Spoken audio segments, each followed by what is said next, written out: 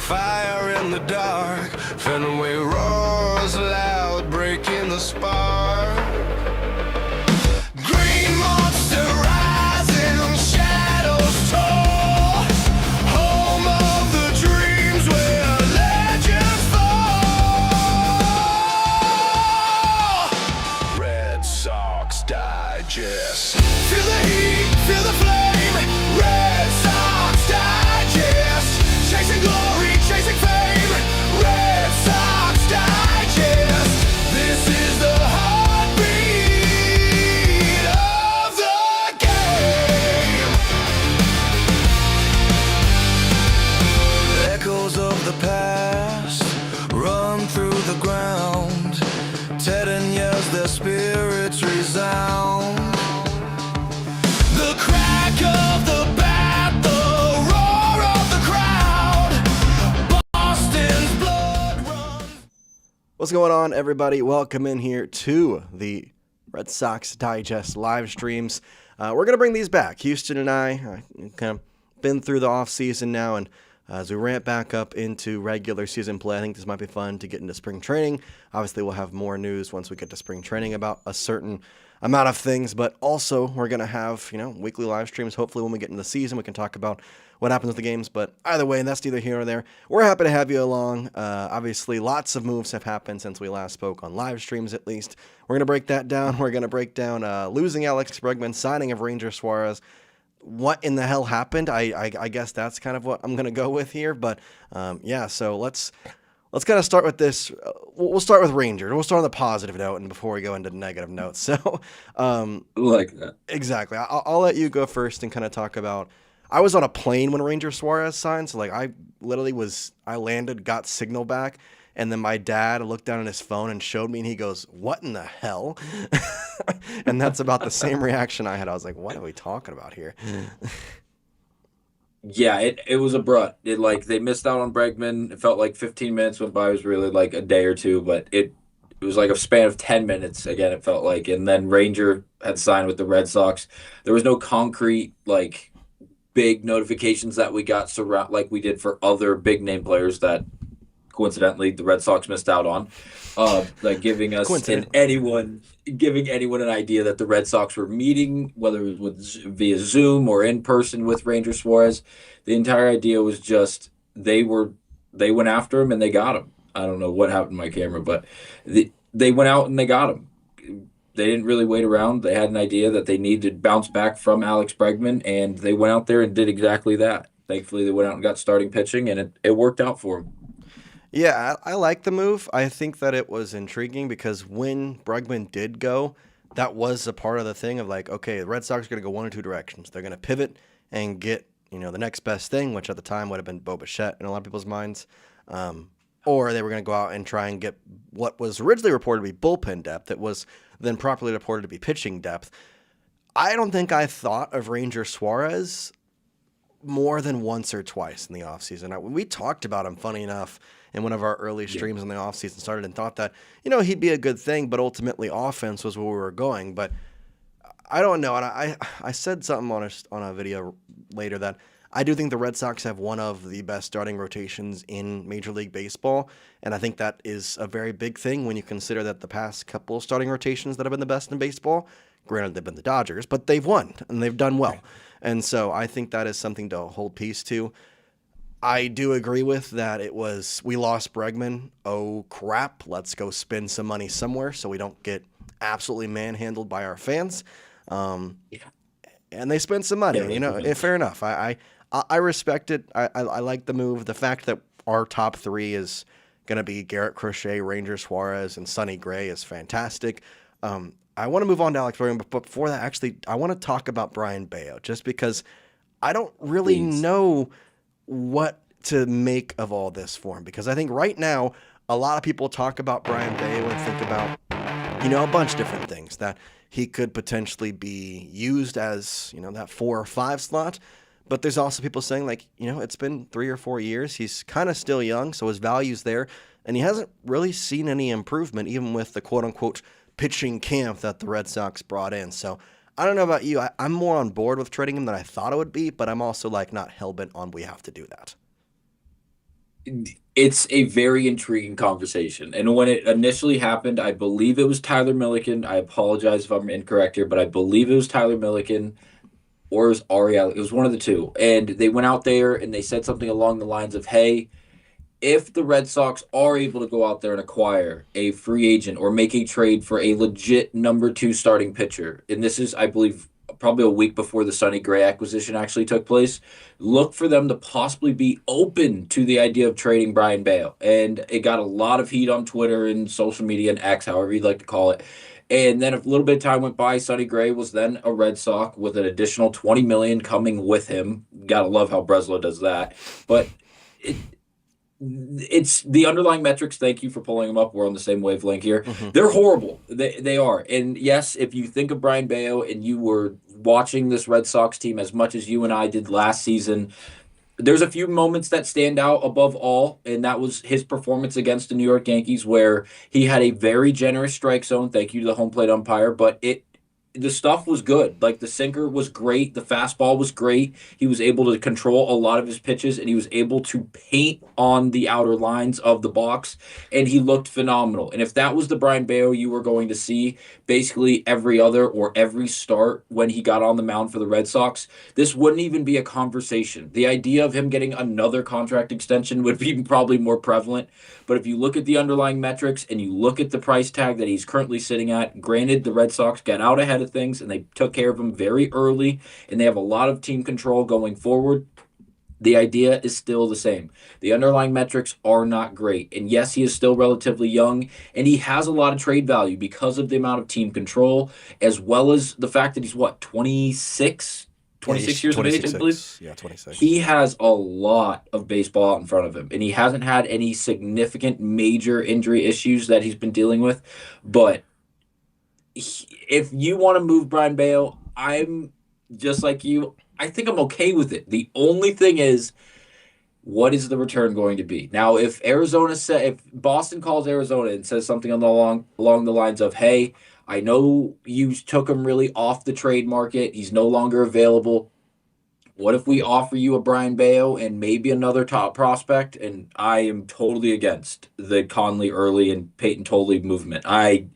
I was praying all off season that neither of those guys were moved because I want to see them in Boston for a long time. I'm buying stock now. I think they're going to be phenomenal for the next 10 years, especially in Boston.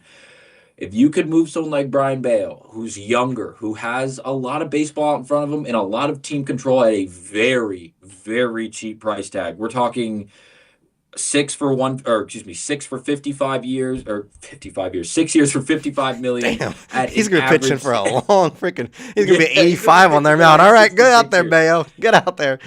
He'll be basically 90 when he retires. But no, he got $1 million signing bonus. He's not a free agent until 2031. He's making $6 million this up and coming year. He's making 8.5 next year, 16 after that, then 19, and then 21, which is the last year of his deal, which is a club option. So at minimum, you have 4 years of team control plus that last year of which is a club option, like mentioned earlier. He has a lot of value. Could Boston move him? I think there's going to be a market. Well, whether or not it happens now or before that deadline, again, totally hypothetical, but I wouldn't be opposed to it if someone like Ketel Marte was on the other end of things, or again, there's other options, but he's the biggest name, obviously, for Boston. Yeah, I agree. There's a couple of things that I want to point out with this. And one is when looking at Brayan Bello and trying to figure out why he has not seen growth, I kept going back to this. And I don't know if this is a Red Sox thing. I don't know if this is a Brayan Bello thing. I understand he's a righty, so you got to pitch differently to right-handed pitchers, and the slider is going to work better against right-handed pitchers. But he's actually done really well against left-handed hitters, and he switches his pitches up a lot more. I mean, there is literally like 25% is the most, and it's against, again, his slider. Whereas you're seeing the slider 35% of the time when you're a righty, and we can count so many times how many hung sliders we've seen from Brayan Bello get sent into the moon against right-handed hitters. Yes. That's the point where I'm like, I don't like that. And lefties, a hung slider's a little easier to get hold of, but he throws it less. And I think accordingly, I am fully on board with trading him if you get the right thing. I don't know that Yeah. I would trade him for Isaac Paredes.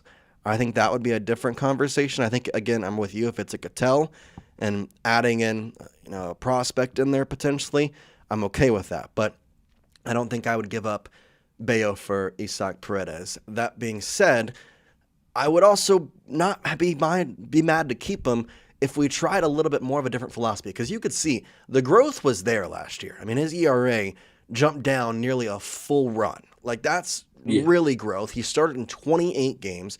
He's very much a guy who posts, pitching in 150 innings, 162 innings, and 166.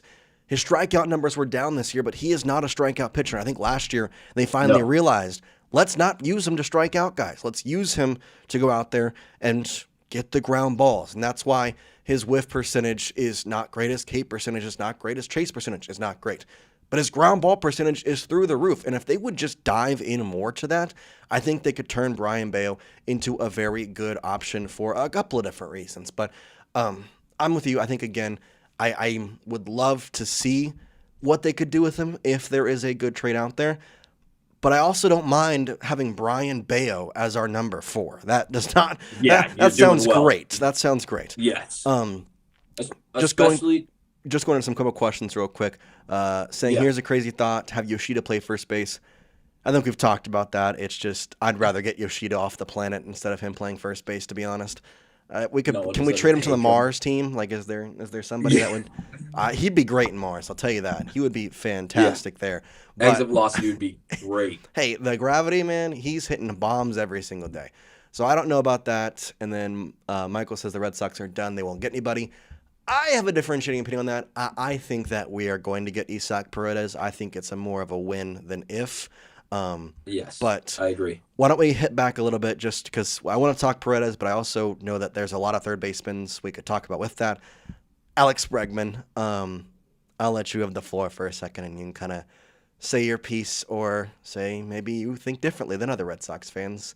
It's all up to you. So I'm going to close out my Bayo idea really quick, and Go it's ahead. going to lead into the third baseman conversation. I swear by it. But 24 to 25, if you go to the underlying metrics, there's a lot that didn't remain the same. And the number one thing that did remain the same was the ground ball percentage. And that is great because, just like you mentioned earlier, he creates a lot of ground balls. He creates not the weakest contact in the world, but again, he's able to get the ball on the ground. He's able to create these opportunities for the defense that is behind him. And now Bregman is no longer there, so that defensive player is no longer there. That's where I'm going to get to in just a second.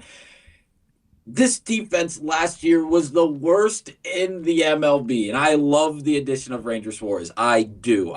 We talked about it in probably our last live stream. I think it was our last live stream, which was months ago, right when the season officially ended.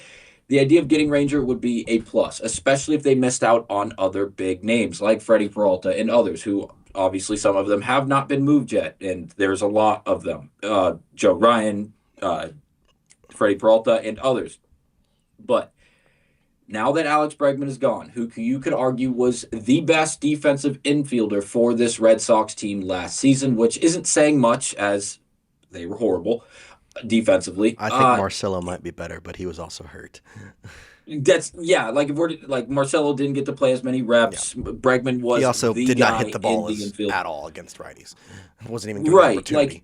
Like, fully understand. But it's just the idea that there has not been outside. I love the addition of Wilson. Wilson is going to be a great first baseman. He's going to be a vacuum at first base. He's going to improve the defense. Granted, the Red Sox first baseman last year was one of like 6 options until they got Nathaniel Lowe at the deadline or just after the deadline from the Nationals who DFA'd him. Like they were running a platoon. They were running like a 5-man platoon all season, and there wasn't a lot of consistency. And yes, that is a part of the defense and being able to get accustomed to playing this big league position at literally the highest level. You're in the MLB. You're playing against the best talent in the world. But with that, there needs to be a level of defense that has to be just a level of competent. There has to be a level of competence there that, like, you have to be confident in the sense that, hey, I'm going to create these ground ball opportunities. Let me have some faith and some trust in the guys behind me to actually get the job done. And that's half of it. Before I get to Paredes, the Bregman thing. I said it again in that same live that we were talking about Ranger. it felt like every day that went by, and granted, it was like 3 weeks into the offseason or 2 weeks into the offseason, it felt every day that went by, it felt like Bregman was farther and farther out of the Red Sox door. And they weren't, it felt like there was a growing relationship that was going in different directions. And I was not a fan of the idea, but it happened. And as a Red Sox fan, and Jace, you know this just like I do, we have spent a large portion of our lives being Red Sox supporters and fans. This happens. This happens way more often than we would like to say, unfortunately. Bregman is gone, and you could argue it's because of $10 million. You could argue it's because of a no trade clause. You could argue it's because of deferred money. Whatever it came down to the fact that he is no, or it comes down to the fact that he is no longer a Red Sox, and now he is a Chicago Cub. There has to be an answer to that, because if you want to go in the direction of, hey, we have Christian Campbell, hey, we have Marcelo Meyer, we have all these young guys that are down in the AAA and in the farm system that we are comfortable and confident in to bring up to the big leagues and give that spot away, like, that's cool if you want to go in the different direction. But the entire idea coming into this offseason was two things, and were made abundantly clear, not just from John Heyman and John Morrissey and all of these very, very credible names covering the game of baseball at the highest level, with information that Jace and I don't have, because we're not behind closed doors. We're not having these conversations with chief baseball officers and other GMs and other people that are very substantial pieces in organizations, whether it's the Red Sox or anyone for that matter, any team for that matter. It's just infuriating to even think about. The Red Sox wanted two things. They wanted a legit number two guy, and they wanted two bats. That was the quote. They wanted a number two guy in that starting rotation. They wanted two bats, and one of them was preferred to be Alex Bregman. Alex Bregman is gone. Pete Alonso was not signed because the Red Sox were cheap. Kyle Schwarber went back to Philly. Like, there's a laundry list of names that the Red Sox could have filled or checked those boxes with, of getting two bats, a middle of the order power bat. Just name two of them that are arguably the two best options in the league, whether it's free agency, whether they were free agents this year or not. Pete Alonso and Kyle Schwarber would have done. That would have been huge for the Red Sox. Obviously, Bregman is another very, very competent bat that they could have had, and it goes much farther than that. We all know this, and you guys know what I'm going to say. But the leadership aspect, the ability to be a coach while being on the field, that is, like, you can't even put a value to that. And yes, I'm going to make the argument now before I throw it over to you. A lot of Chicago's going to be real upset by the time the deadline comes, because you are not going to see the same Alex Bregman you saw in Fenway. Why? Because he's playing half his games in Wrigley, and he's going to struggle offensively. Now, granted, am I going to say he's going to be a scrub or he's going to be considered horrible? Absolutely not. He's Alex Bregman. He's been doing this for a long time. He's a pro ball player, and he's a damn good one at that. But you are not going to see the offensive production that you saw in Fenway, despite it being blemish because of the quad injury that he suffered like 60 games in.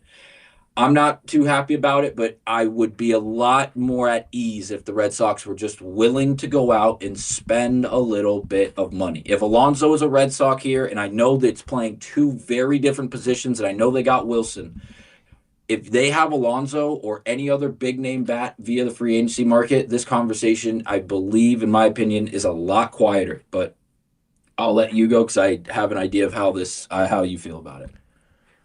I'll say this. I was frustrated because I really did want Alex Bregman on the Boston Red Sox. That was something that I liked.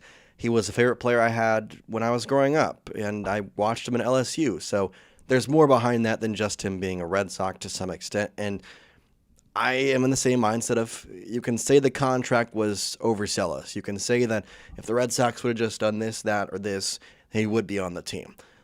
The thing that frustrates me most with it is the no trade clause one, because I don't understand how that is something you won't break on when you are trying to appease a fan base that just saw you trade away a guy who you signed for 8 years. And yet you won't give a no-trade clause to a guy who, at worst, in 2 or 3 years, becomes basically a coach for you. And that's, again, at worst. Oh, no, he's a coach. We were paying Dustin Pedroia money to be a coach, and no one complained about that. No one cared. For obvious reason. Yeah, I don't mean, but for obvious, it's that one's Dustin, more but obvious, correct? But Alex Bregman's favorite yeah, player, Dustin Pedroia. Alex Bregman yeah, was probably the closest thing we had to Dustin Pedroia in terms of a clubhouse leader since Dustin Pedroia. yep, But I will point this out, and I have it on my screen, and I'm going to kind of agree with what you said. The Cubs are going to be in a good spot, yes. But with Alex Bregman having the quad injury, it really changed the way we viewed him and the way that he statistically showed on there. Before his quad injury, he had 51 games in which he batted .299, had 11 homers, 17 doubles, 35 RBI. This was the Bregman we wanted when we signed, the guy who we thought we could play in Fenway. After he returned, it was a different story. He had 63 games, so you're talking about basically a 50-50 on each side, we'll call it. I know it's not exactly that. But he batted .250 with a .338 on base, nearly 50 points lower. His slugging was lower. His OPS was lower. 7 home runs as compared to 11 in 63 games for 51. 11 doubles instead of 17 in 51. 27 RBI in 51. It was weighted runs created plus. His weighted on base percentage, it all just took a hit. Now, am I saying that Alex Bregman's going to go into Chicago and stink or be bad? No, I don't think he will. I think he'll be fantastic. But I agree. I think that there is some vacancy to say why the Red Sox did not want to pay him what he was going to get paid. And I thought 165 was perfect amount. I thought, and he thought it was too. Unfortunately, again, it's just that no trade clause. Like deferred money, I think he could have gotten past. Because worst comes to worst, you're going to get paid until you're, 45 at that point or whatever it might be for Alex Bregman. That's not a bad thing to sit at home and still have money rolling in instead of getting it all now and getting it taxed. I mean, there's a bunch of different nuances with that. right, But the frustration is with the no trade clause and how you trade away the quote-unquote franchise player, what do you want to call him that or not. I understand he was not helping himself in the situation, Rafael was. But you saved about $350 million by trading away Rafael Devers and then not signing Alex Bregman, which was the total amount of money you originally signed Rafael Devers to. And you spent some money, that's great, but you had $350 million invested in offensive bats, and you have spent $0 in offensive bats this offseason. And it'd be one thing if they had gotten somebody on the offensive side, like, I don't want to have to say it would be Pete Alonso or whatever, and I know they traded for Wilson Contreras, and that's nice, but I just wish there was a little more spending because I feel like we're not acting like the Boston Red Sox in some aspects of we trust Marcelo Mayer, I do, but I would like to have somebody at second base to help out. Marcus Semien was apparently on the trading block, and we could have gotten him. I mean, there's just options at hand that just weren't available, and so now you have time to keep doing it, which is kind of where I think we want to go next, and the third base options that are at hand. Isaac Paredes is obviously one that I consider to be the most likely option. I don't want to sit and say it's the best just because I don't know if that's true. The best option's already gone. Exactly. The best options are gone. So, however, I do think there is a lot of things to be excited about if the Red Sox do get Isaac just because of his comparisons to Jose Ramirez and to Alex Bregman, and he is 26 years old. However, there's a lot of nuances with that. I think the trade would have to be in the right spot. Right now it does sound like Duran would go, which I think we all thought that was going to happen anyway. The fact that we've gone through an MLB trade deadline thinking he was gone, and then that didn't happen, and now we're nearly through an offseason thinking that Duran was gone, and that hasn't happened, is kind of exciting. I would love to have him back. I think in a perfect world, I would have Jarren Duran play second base this year, but I don't know why that's not an option. He played that in college, but that's just the way it goes. I think if you get the right situation at hand, make the trade, but I'm not like overzealous, like, yeah, this is what they need to do. Like, no, it's a good move, but you've kind of already freshman with me, and I'm considering that there will be a lot of shorter Red Sox games this year because of our pitching staff and lack of offense. Yeah, the lack of offense I'm not sold on because I have a lot of faith in the pieces that are still there. I think Wilson Contreras is going to be a very, very, very good piece, especially in Fenway Park. I think he's going to be able to live off that monster like a lot of right-handed hitters that we see. Um, you mentioned how the best options or Paredes might be the best option available still because all the other option A guys or number one option guys are gone off the table.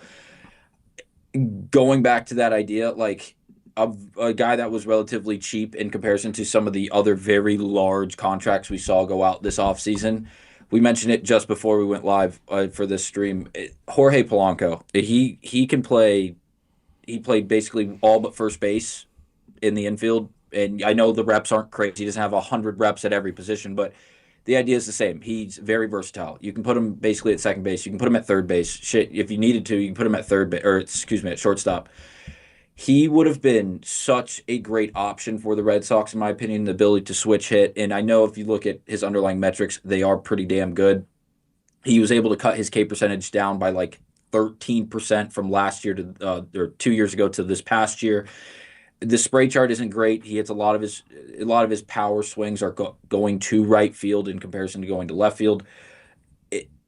It's really frustrating because I know the names are good. The names are great. How are they going to play in Fenway Park? Alonso, like we mentioned earlier, he's a right-handed power bat. He would have feasted in Fenway Park. He would have been a great number 3, 4, 5 guy in this Red Sox lineup as currently constructed. Bregman, again, the idea would have been the same as last year. He was able to go out there and not only produce in the sense of being a role model and a coach while being an active player, but also his production being a right-handed bat was, again, like you showed earlier in that graphic, was phenomenal in the first 60 games. Like the average was great. He was hitting a tick below 300. The power was there, but it wasn't.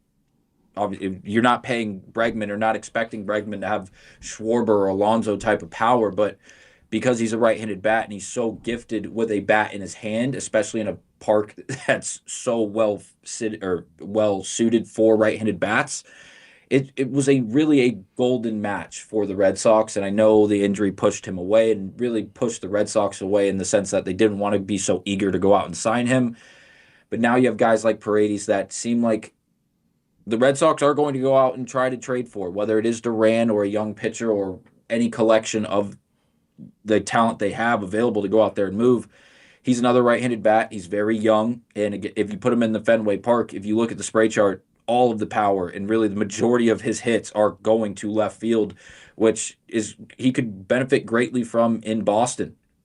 Underlying metrics are not promising. They look a lot like Bello's, if you want to be honest. Expected batting average, slugging, average exit velocity, barrel percentage, hard hit percentage, and bat speed are all very, very low, especially across the league. I will say if he were to come to Boston, I would have great intentions that his bat speed would increase. I think that's something that we've seen consistently from guys involved in this Red Sox organization, from Roman to guys that are even older than him, like Trevor Story. It will be a good match.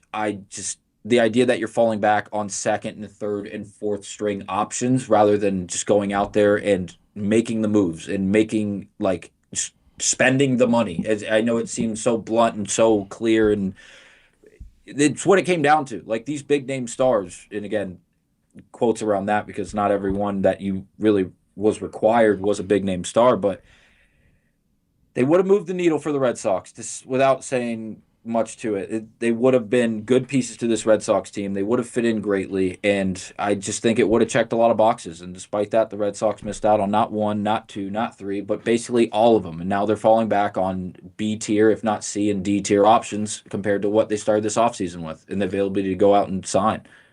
Yeah, I look back to Pete Alonso and thinking that if they would have gotten him, I'd feel a lot more comfortable.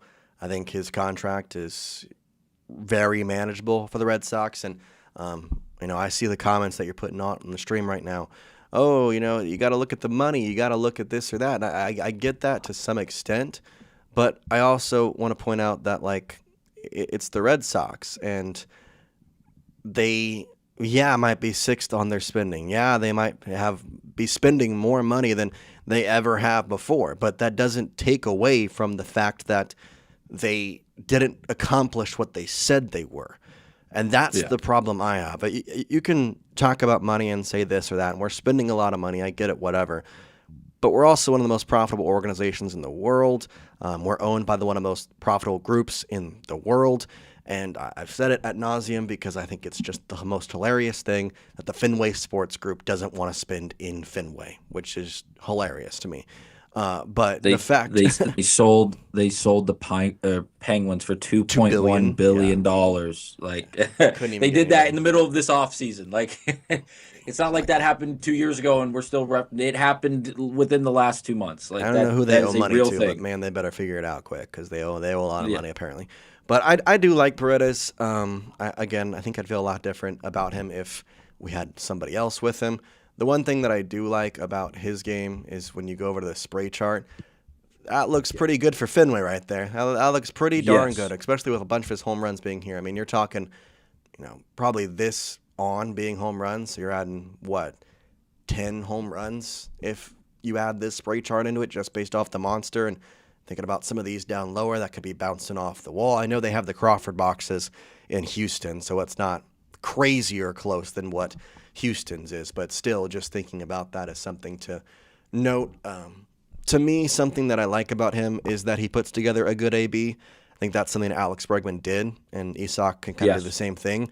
The Red Sox did not have a good thing about putting together good ABs last year in their games.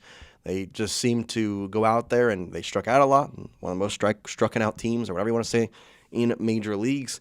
But also, I don't know. I'm on the French because I do think this Red Sox team can be good, and especially with their pitching. I think that we are in a very good spot. However, it's just hard when I look over at the Blue Jays and the Yankees and know that they're in our division and look at their rosters and say, yeah, they're either right there with us if they're the Yankees, maybe, and then I look at the Jays and think, well, they just went to the World Series and added to their roster to all extent. Now, I don't think they spent the proper money, but I think the biggest thing to me is that the Red Sox, and I think we're both old enough to remember this, they got burnt on Carl Crawford and on certain contracts, Pablo Sandoval, Hanley Ramirez, that they didn't want to do it again. And you can say this is false or not, whatever, I don't really care. I'm very positive that if the Red Sox never signed Pablo Sandoval or Hanley Ramirez, that Mookie Betts would be a Red Sox right now. And that he would be saying after this contract, he'd be retiring with the Red Sox. Not, I'm going to be retiring as the Dodgers here after my contract. Like, that's just really unfortunate.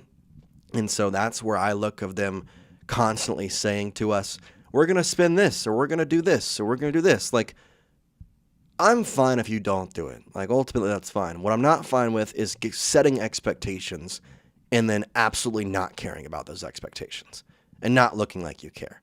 The trade deadline last year was point A and B of like, we're going to go out and get somebody. We're going to make a big move. Don't worry, guys. We traded Rafael, but we're going to get somebody big. Here he is. Yep.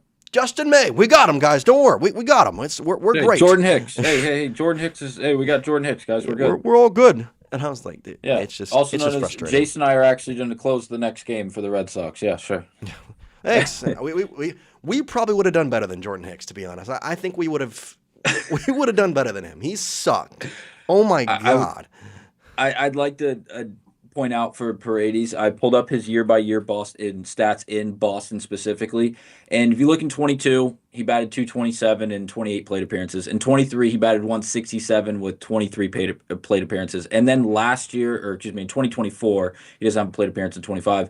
He hit 357. It was only 14 ABs, but the idea, or plate appearances, the idea, though, is from 22 to 23 to 24, he's gaining experience, obviously, because he's in the league, and he's going year after year, and he's being an athlete, and he's progressing through his career. And then in 2024, he hits 357. So I'm okay, and I'm open to the idea of him being a part of this Red Sox team if the Red Sox don't flat out get fleeced, robbed in trading for him and give up way too much for a 26-year-old third baseman who is pretty good, but again, they have Cam Smith there who learned how to play third base. He was sent there in that Kyle Tucker trade, and it looks like they're going to give him the keys to that franchise to some extent. I'm not saying he's the golden boy or anything with Jordan and other guys that are still there, but the next Jordan Montgomery I'm hearing is what? Jordan Montgomery's a crazy name. But yeah, Suarez in a trade or Donovan will be better than Bregman for the same money. Donovan is going to be expensive. Paredes will be much cheaper than whatchamacallit. I just read it. No, I just went blank. Then Donovan. Donovan's going to hold a very high price tag. Also, another lefty bat. The Red Sox have an ample amount of lefties in this lineup currently. And I think that's part of the reason we didn't see that blockbuster trade happen immediately after the Red Sox decided to give up a third of the farm system to Heim Bloom, who knew exactly who he was trading for because he was the one to draft a lot of those guys and go out and acquire a lot of those guys. And he knew, hey, I can go get Brandon Clark and these other studs from the Red Sox system because I have Sonny Gray, and I'm willing to give you as much money to cover that deal as much as possible. And that's something that has to be acknowledged. I would like Donovan in a Red Sox jersey, but as currently constructed, I don't know if it's the best available option because of the amount of lefty bats. Paredes, I do like the idea of because I think he'll be much cheaper than Donovan, but also the price tag, like in the sense of value, the price tag to go out and acquire him would be much cheaper, and also, like we mentioned earlier, the stats and splits in Fenway are pretty good, especially in 2024. And playing a full season there, playing at least 82 games in Fenway, we would see a damn good average, at least at home. And like we mentioned earlier, the bat speed should go up if and when he becomes a part of this Red Sox organization. Yeah, I think he could be a good trade to have. Donovan does hold a higher price. I think I would like him more just because of his versatility. I would Yeah, mind. he's great. He's great on both sides. That's somebody where I wouldn't mind going to St. Louis again and saying, we have Brayan Bello. How about like a 1-for-1 type thing? Like, I'm not giving too much up besides Bello. I don't think they would give us too much back besides Donovan, but that could be a 1-for-1 where you're thinking, all right, that's two major leaguers that the Cardinals need pitching and long-term and cheap pitching, which it's exactly what Bello is, and the Red Sox need versatility and a good AB, and Brendan Donovan could be that. So I wouldn't mind that at all. I do kind of want to do a fun experiment here, but before that, I do want to mention Alec Bohm, because I know you had a little thoughts on him. Oh, I knew this was coming. I knew this So was coming. I'm going to let you take this, because I'm trying to set up something, but I'll mention Alec Bohm a little bit. I like him. I don't love him. And if their solution to losing Alex Bregman is Alec Bohm, just change the X for a C, I might X out my eyes. So, well, we'll see what happens. All right, so Alec Bohm, third baseman, Philadelphia Phillies. I like him. I'm with Jace. And we didn't talk about this before, but at least not before we started this live. I like him. I don't love him. And the reason I don't love him is because of the regression from 24 to 25. If he duplicated what we saw in 24, despite the lack thereof performance and production in the offseason, or excuse me, the postseason for the Phillies in 24, after having a monster year being named an all-star, if you look at the underlying metrics, they are really, really good from 2024. The expected batting average was 283. He was in the 94th percentile of the entirety of the league. He didn't strike out a whole lot. He did chase right around league average. Whiff percentage, top 85 percentile. K percentage, top 92 percentile. Squared up rate in the 95th percentile. He did a lot of things very, very good. Now, the range was also very good. 88th percentile for third base. Arm strength, not very good. 33rd percentile. Overall, a good player, without a doubt. He's 29 years of age. He's a right-handed bat. And if you look at the spray chart, he has the ability to hit really to any section of the field. Dominantly a pull hitter, but not by much. If you look at the power numbers, a lot of them are going to left field as a right-handed bat. Would it fit into Fenway Park? Without a doubt. But please understand, you hear me and Jay say that a lot. And the reason being is because right-handed bats, if you've never watched a Boston Red Sox home game, the construction of Fenway Park is built for right-handed bats. And yes, we have seen a good amount of lefties do pretty damn well, but you have to take into account they're kind of outliers. David Ortiz, Kyle Schwarber, like those are prolific power bats, and you could put them in Polo Grounds and they probably hit one the dead center. Like they have preposterous power. And Alec Bohm is not up to that level in the sense of power, but when it comes to average, if he can really give you an idea that he's going to look like he did in 2024, like that'd be a great move for the Red Sox. But if you look at what he did in 2025, like there's a lot of things that changed in those underlying metrics. Expected WOBA is about the 50th percentile. The average dropped just a bit to 275, 88th percentile, which is good. The slugging went down, though. He was below the 50th percentile at 413. The average exit velocity, 90-ish. Barrel percentage down to 25th percentile. He didn't whiff a lot. He actually went up 93rd percentile, but the chase percentage, 60th percentile. He'd fit in with Boston in that case because we don't walk and strike out a whole lot. 20th percentile in walk percentage last year compared to it went down a little bit. 24 is in 28th percentile. Like really duplicated his chase percentage in back-to-back years. It's tough. Would it work? Yes, because the price tag is going to be relatively cheap if you compare him to other names like a Brendan Donovan. I know the position is different, but the idea is you are going to be a big infielder for the Red Sox and filling a position that is absolutely a requirement at to this point because they do have Marcelo Meyer, they do have Christian Campbell, but Campbell last year was playing left field to start the year. He was supposed to, and again, the season started, and they were like, "Hey, you're playing second base." Okay, sure, I'll do that. He played second base. Now play first. It did, yeah, it didn't work. And then they were like, "Guess what? You're going to AAA." Okay, he went to AAA. What happened in AAA? You got a first base glove? You like, okay, sure, yeah, I can do that. Tried to learn how to play first base on the fly. That was a work in progress. Never got called up to the big leagues to actually perform at that position. He could play anywhere in the outfield, we knew, because we watched him do it his entire AAA career, really minor league career.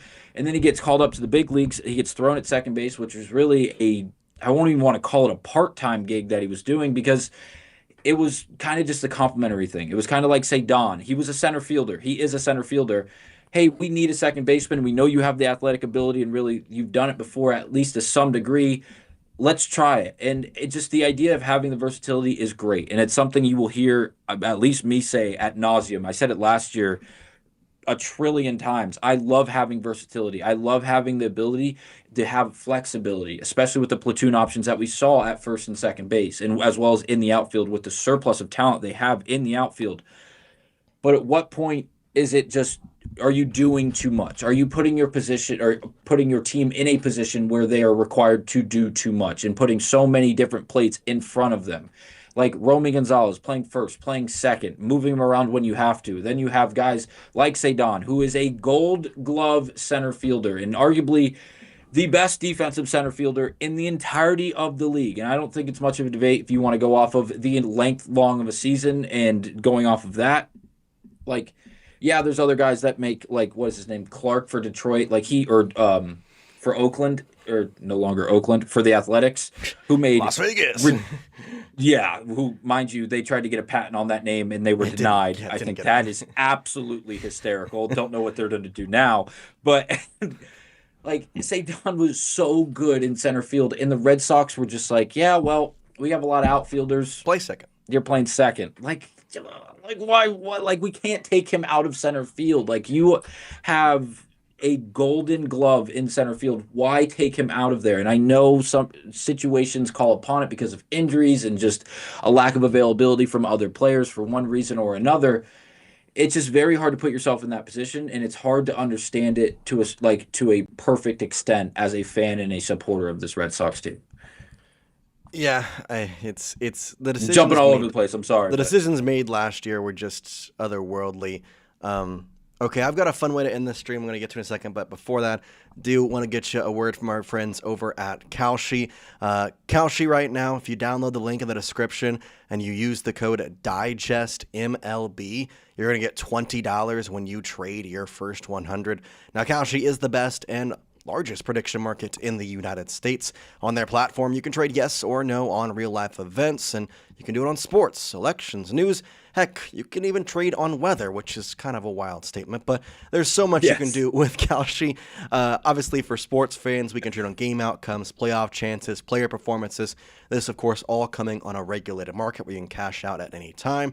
And whether you're in California, Texas, or Massachusetts, anywhere across the country, Kalshi is now live in all 50 states.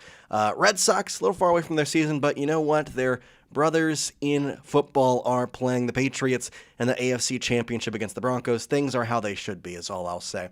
$100 trade on Kalshi will get you $141. Don't want to trade on the game? That's right. We got you with an anytime touchdown trade as well. Ramondre, RJ Harvey, Travion Hunter Henry. You can trade on that right now. Kalshi is genuinely the smarter way to use your sports or news knowledge. So make sure, again, you use that link in the description, and don't forget to use code DIGESTMLB to get your $20 bonus. It's actually really fun. Go check it out, guys. So, okay.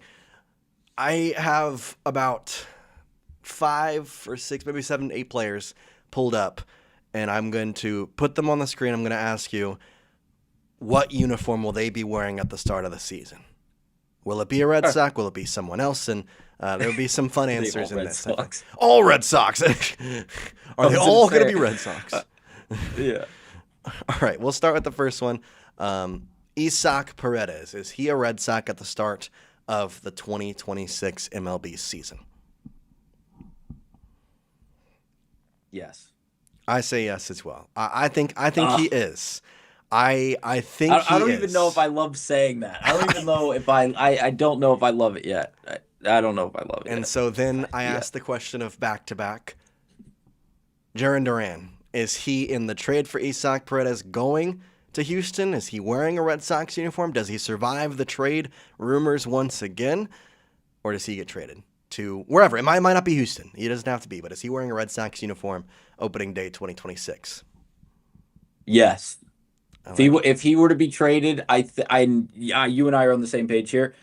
I thought he was gone. I really and truly, and you and I felt the same way about this. Did not want to see him traded this offseason, but it felt like that was like the number one thing. Like the Red Sox were going to fail us every other way, but they were going to go out there and they were going to live up to this promise, and they were going to trade Duran. The fact that he's still there, and Joe Ryan and other credible names that would have required a trade to get to Boston, specifically in the sense of starting pitching. He's still here. Chris Bubich is not a part of the Red Sox. Yeah, Freddie Peralta. Yeah. Like, you know what I mean? Though there's like 3 or 4 names where it felt like without a doubt the Red Sox are going to call and they're going to bug the living hell out of these names and their teams until they accept Jarren Duran and 1 or 2 other guys to get a starting pitcher. Hasn't happened yet. I doubt Paredes is. I doubt that Duran's involved in that. He needs to be pitching. Okay, so then second question. Brayan Bello, is he wearing a Red Sox uniform come opening day 2026? Mind you, opening day starter 2 years ago. Yes, he's in a Red Sox jersey. Man, yes. Who the heck is in this Paredes train? Names I don't want to mention.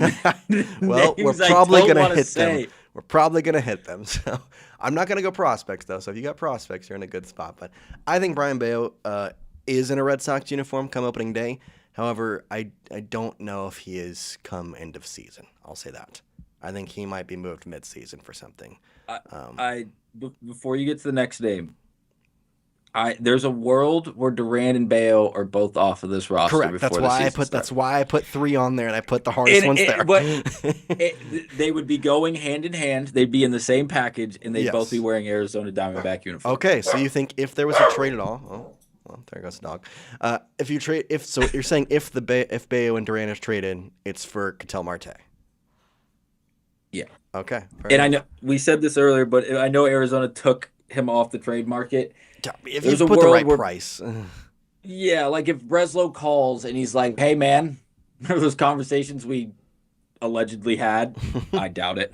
Remember those conversations I talked to you about in my head? Yeah, I remember those speculated conversations that we allegedly had, but didn't really have. Remember that text I sent you 10 years ago about Ketel, and you know how I mentioned his name in that text? If I give you Jarren Duran, Brayan Bello, and I don't know, I'm not gonna say earlier totally because I'll cry.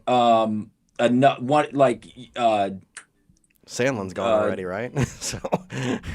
Yeah, Sandlin's still there, but he's gone basically. But he's still in the system. Like Sandlin or he starts with a D. His last name starts with a D.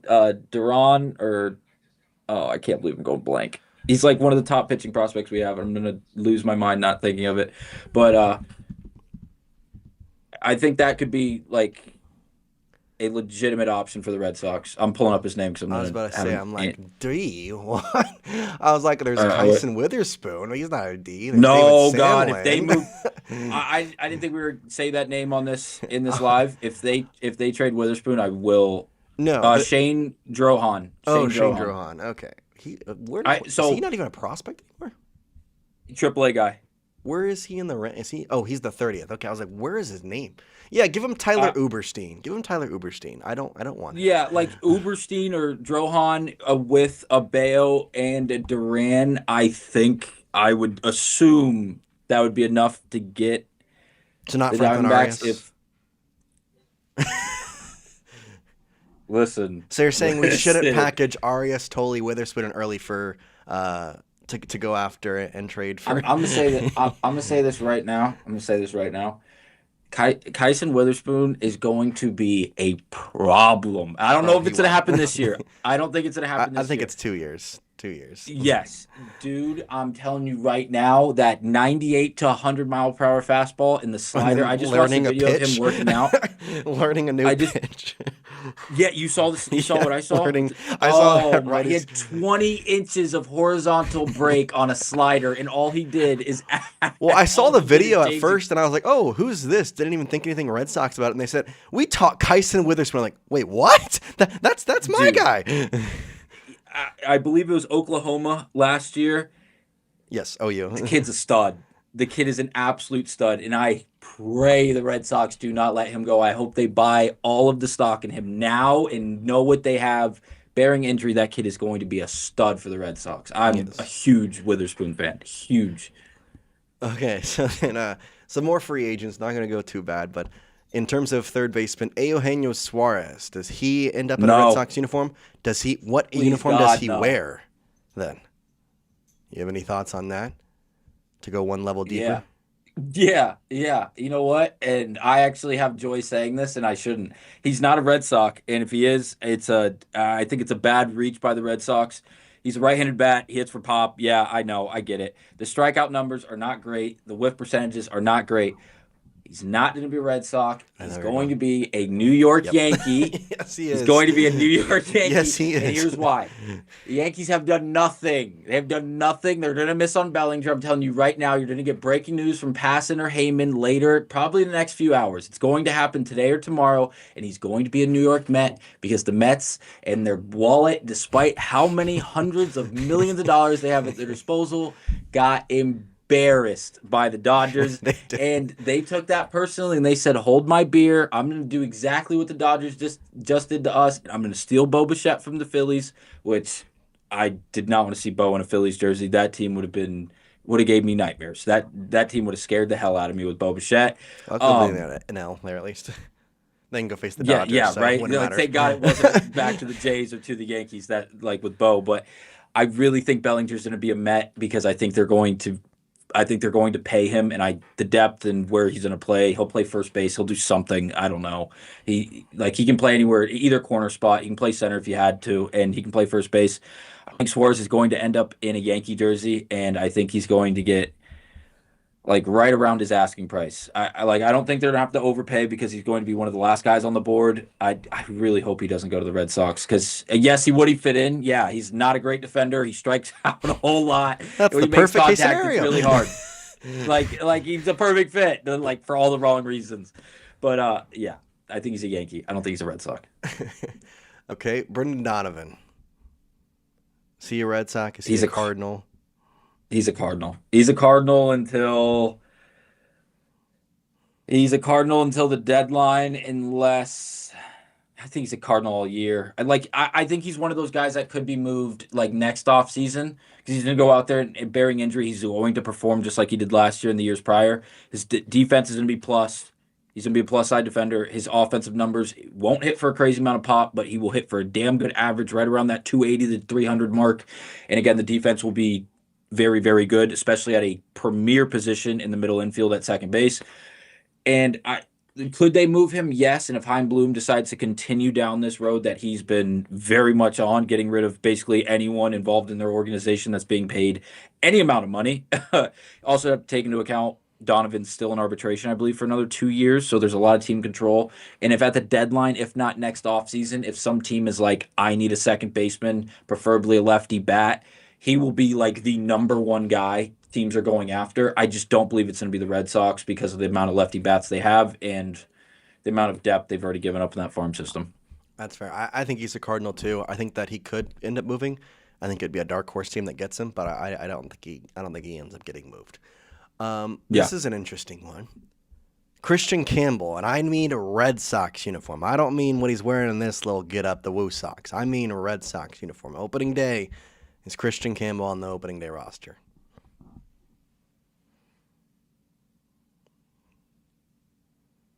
What made you think That's of a tough one, Jace. That one's a tough one, dude. That's the toughest one you've asked me. Marcelo's playing third. Story's playing short. He ain't playing in the outfield. That's tough, Jace. I'm gonna say no, but here there's an asterisk next to it because there's a world where he's not on the opening day roster, but he's there in like the second week. And I mean, like, we thought Roman Anthony was going to be there in the second week, and that didn't happen. So I don't know. Even if he's lighting up the world, who cares? Roman's gonna be handcuffed to the dugout railing. Like, he's not, and I know we both believe that. And there's no world where Roman, outside of injury, is not an everyday starter for the Red Sox, either in right field or at DH. And that's the way it should be. I hope he plays 162 games, and I hope he hits 162 home runs. Like, I hope that's be careful. the Dodgers will trade for him then if he does that. Yeah, you can have him. You can have him. But I want Shohei Ohtani. That's the only person in the league I'd trade Roman for, and I'm not kidding. He's 23. Like, I'm so serious. Oh man, it hurt to even see that happen. But again, whatever. I don't think Campbell's on the opening day roster. I think Myers I said Paredes will be a Red Sox. Ooh, I was like, I think Myers our second baseman. I think Myers our second baseman. I think Paredes is going to end up being our third baseman. You have Wilson at first. You have Story at short. You have Narvi behind the plate. And the outfield will be a collection of really good players. Like, there's a collection of people. Can we trade Yoshida, please? I don't want to get on no tangent right now, but please, like the guy. Can we not sell the idea that he hit 300 over the last 8 games of the season? 8 games. 8 games, I know, but he hit for good average. He's a pull hitter as a lefty. Like, send him to the Yankees for like Lombardi or something. What? Or Spencer Jones. Yeah, Spencer Jones. No, I'm 50-year-old joking, prospect. but I'm not joking. Please trade Yoshida. Please I agree. Please get the contract. At this point, I would give somebody a bag of chips to take him and say, you can have him. He's yours. Where's he going to play? I know we're trying to close out this video. Where's he going to play? On the Red Sox. What position is he going to play? Left bench. I thought you were going to say left field. I was going to fall out of my chair. Dude, I would That's why trust. I had to say left. I think, and this is not an exaggeration, I would rather trust, like, I think Helen Keller could do a better job in left field than Walker Buehler. I would rather have Walker Buehler play left field than Yoshida. I'm so serious. I agree. I'd rather see Nick Sogard, Nate Eaton play out of position than I would rather see Yoshida play in any defensive position. There's nowhere defensively he can play. There's nowhere he can play at all. He just can't do anything. I think he's a contact guy who doesn't play a lot. He's not playing DH. Like, Casas comes back. Well, okay. Casas, is he on the Red Sox in 2026 opening day? Yeah, until his leg gets put back on his body. Okay.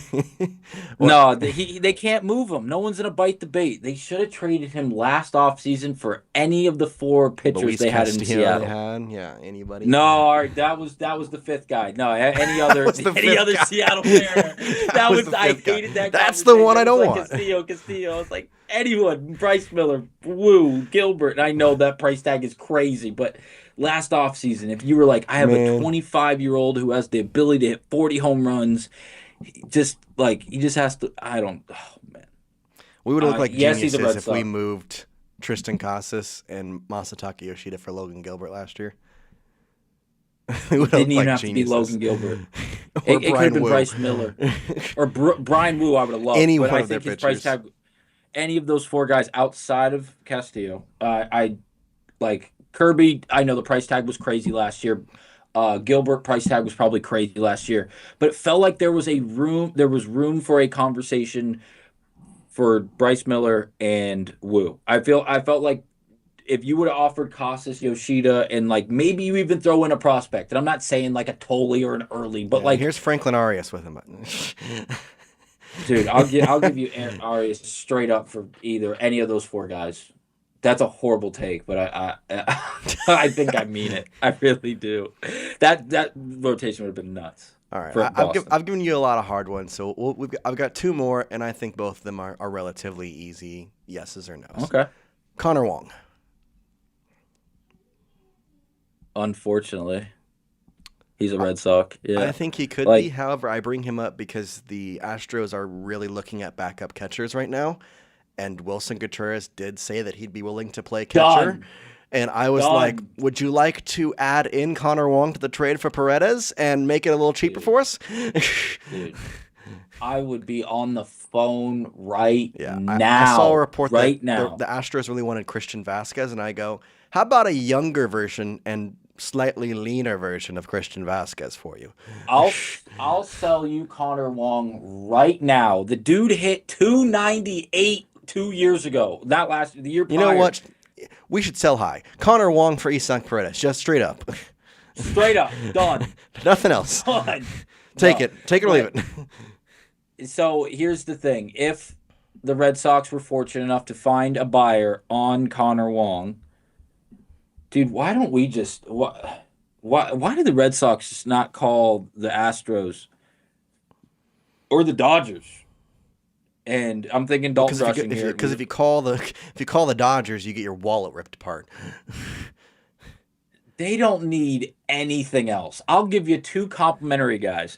Yeah, last time we didn't say last time we said they didn't need anything else. We traded them Tibbs for Dustin May, and now they have a top farm system behind their already good team, and we don't have Dustin May, and we didn't want Dustin May. Breslow watched 2019 highlights of Dustin May and said, "Deal." I Oh want wait, that him. was how long ago? Yeah, like the sinker was great. Like it was I'll take it. 97. It moved a lot. It's been a while since you've seen it. Just saying. And then Long time. final guy, just because of the nose earlier, and a guy that I find intriguing, Wilyer Abreu. He's a Red Sox.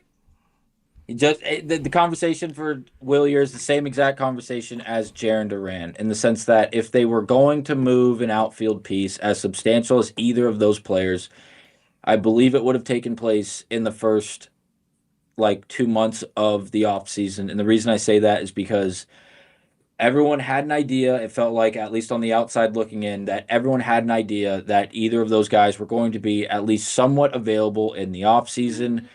And granted, the price tag from Boston, sorry if you guys hear that, my mom's dragging a piece of furniture. The price tag would have been relatively high for either of those players for Boston, because Breslow was very content with the idea of those guys being a part of this Red Sox organization for the foreseeable future because of the games they play and the brand of baseball they maintain and they have the ability to go out and perform at. But it's tough. Like, Wilyer has a great abilities. He's a power guy. Again, the strikeout numbers are not great. I think he's a Red Sox. He's gonna be a part of the log jam in Boston in the outfield. And God, they really do have to trade one of them. I'll ask They the really final do. question then, because you've said yes to every single Red Sox. Is there somebody right now on the 40 or 25-man roster you want to make of it that will not be a Red Sox on opening day?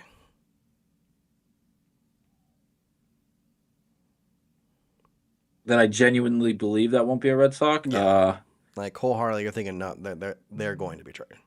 Because I don't think there is. I think everybody on this roster has a pretty good point to say that they're here. I think we might cut right. Masataka Yoshida, though. I don't know. At this point, just DFA him. How much would they have to eat on that? A lot, right? I think it's his right. final couple of years, I thought. Five for 90. We're getting close to where cut is being an option. They've got 2 years left. So Yeah, we're talking you are. $40 million you're putting in the bag and saying, well, we don't want this. I think he's here this year, and we just hope to trade him. And if we don't, and if he stinks, and if we don't play him, first day of the offseason next year, goodbye. We can eat 18. We can eat 18. Anything else? No. I'm going to say something that's not going to happen, but if I was Breslow or I had some way to get to his ear, I would say you make it public knowledge to every team in the major leagues that you will give away Yoshida, Patrick Sandoval, and Tristan Casas in a 3 for whatever deal. Whatever you. But I need. You're not going to rob me here. You're not going to give me your ninth string starting pitcher in single A.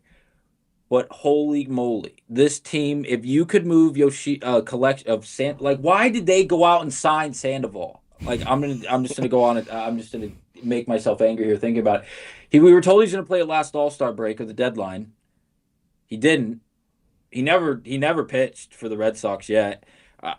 He's not someone that has proven through his career that he's worth a substantial amount and proved that he's a top tier starting pitcher. He adds depth, cool, but if you ain't available, what depth do you maintain? You take up a roster spot, that's cool. Is the idea that he's going to be a guy they can fall back on in the start as a starter in this rotation? He's not better than Bello. I'm not even going to say Crochet because that's not even a conversation. Is he better than Sonny Gray? Probably not. Is he better than Johan Oviedo? I'm going to say no. It's very interesting. I would hope that Yoshida and Sandoval were not Red Sox by the time the season started or by the time the season up and coming ended. But I think I'm with you. I think everyone on this roster, as currently constructed, is still there, bearing the Paredes trade. That is the only thing that I believe the Red Sox are even willing to go out and pursue to some extent. Okay. I did that exercise because I think we're going to end it here with that one. But next week, we're going to do the hour show, and the entire show is going to be constructing our perfect 25-man rosters. Maybe a trade happens by then. Maybe it doesn't. / we can force trades and make them upon them next week. But we're going to get, we're going to go position by position, just to kind of put maps out there. You usually keep about 13, 14 pitches if you're the Red Sox. You got about 11 fielders from catcher to first, second, third, shortstop, in the outfield. So 11, Plus 12 guys, yep. And then 13 to whatever guys in your pitching staff. So next week, I feel like that'd be a fun opportunity because we've talked a ton about the offseason, and I think we've talked about as much as we can. Next week, maybe Paredes is on the team. Maybe he isn't. If not, we're going to do that. But for now, any final thoughts on the offseason / heck, a week from now, we will – okay, we're not there yet just yet. But I think the reason I'm saying this is because 2 weeks from now, pitchers and catches report. So. To close out, I am itching for baseball. We are 43 days away from the WBC. Not to mention Kalshi here, but you can trade on Kalshi for the WBC. That's sick. And That's sick. I'm here to tell you that if we lose one game, the USA should win by 5 to 8 runs against everyone but the DR and Japan. Team Japan. I was about to say the team we lost to last year. You're not scared of them? I'm going to be honest with you. I don't fear them. Okay. We have Paul Skeens and Tarek Schoolblatt 1 and 2. Bring an army, and it ain't going to be enough. I know it's just WBC, throwing this out there. how are we feeling about potentially streaming a WBC game here or there when that Dude, comes I would along? love to. Okay, I would love to. I wanted to go. I little food for thought here. The games. You're in Texas. Oh, I'm going. Okay, so you're I'm not going very to stream that one. fortunate. No, I get it. I get it. We're not going to ask you to live stream the game, but at the game. But you are very fortunate because you get to go see Is there pool not play. any in Miami? There are, I was but about the to only say. problem is the pool in which that are the pools, because I believe it's two pools, are playing Yes. in Miami. USA is not involved. But the I championship. can buy and the playoffs. But here's the thing: if I buy tickets, which I've already very much greatly considered at a not very cheap price, I have to gamble on the Yeah. idea, which is a for sure thing, I was and about that's to say, why I the don't tickets think are so you're. expensive. I don't think you're. You know, I can buy championship tickets right now, but I'm gambling that Team USA will be there, which I think is a very, very good idea because like I mentioned, we should not lose a game. We should not. But it's just the idea that it's semifinals and things. I can buy pool play games for like $50, I think is like the cheapest ticket. And then again, I'm watching Great Britain play Australia. You're You know what I watching mean? a plumber face off against a gardener. Yeah, I really might impulsively do it. I might go. I might do a playoff or the championship game if I can find a buddy that's willing to eat that price as well.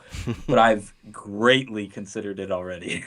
I'm only like an hour and a half north of Miami, so That's fair. All right. Well, that is all we got for here today. We appreciate you. Again, we'll see you next week. As I mentioned, we'll do some of the 40-man roster construction, 25-man roster construction. But I appreciate y'all, and